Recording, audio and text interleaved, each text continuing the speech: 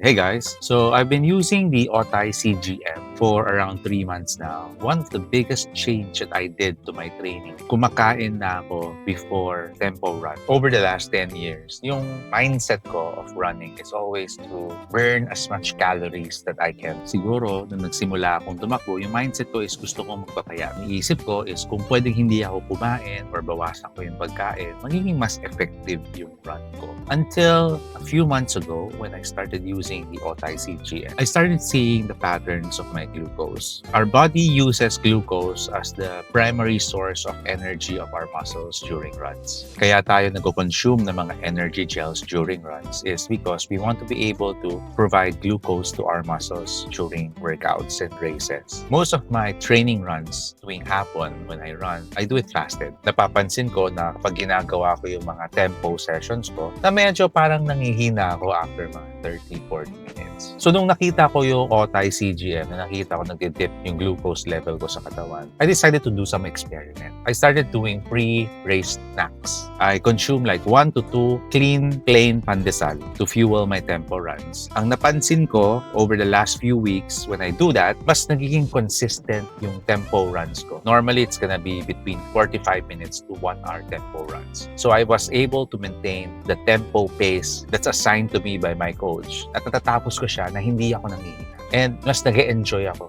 dun sa mga tempo runs. Na parang dati, kapag hindi ko siya binibigyan ng fuel, nangihina ako at hindi ganun kasaya pag ginagawa yung mga tempo runs na yan. So bakit importante na nai-hit ko yung tempo pace? The tempo sessions natin are very critical for us to gain more speed. Sinasanay natin yung katawan natin to run at a faster pace in a shorter amount of time. Of course, for us to be able to really maximize yung benefits ng tempo session natin, we need to have the energy to be able to hit the tempo HR or the tempo pace. And kung nangihina tayo at wala tayong energy, hindi natin matatrain yung katawan natin to be able to sustain that tempo. Very important for us to be able to fuel, especially our tempo and speed sessions, because you want to be able to provide your body enough energy to hit those targets para bumilis ka. Kaya ngayon, for tempo and speed works, I make sure to have some pre-race snack. Pag mas mahaba siya sa 1 hour, nag-gel din ako in between to make sure na meron akong enough energy to do the workout. So yun lang, gusto ko lang i-share yung one of my biggest realization while using the Otay CGM. It's simple enough na pwede niyong i-apply and try it out on your next tempo runs. Let me know kung naging effective sa inyo or dun sa mga tao na ginagawa na rin to. Leave a comment below kung parehas din yung nararamdaman nyo.